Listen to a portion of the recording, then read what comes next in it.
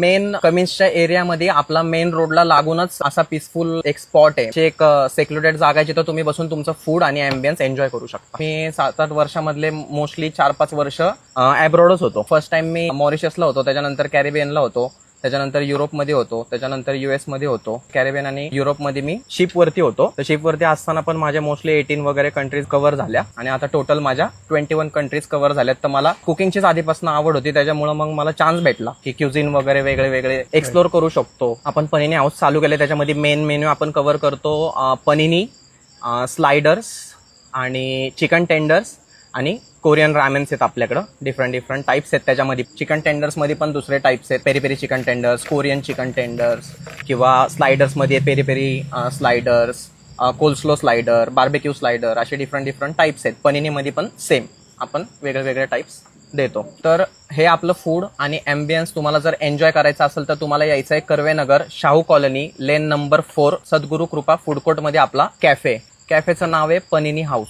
The garden cafe, crafted with love and served with cheese.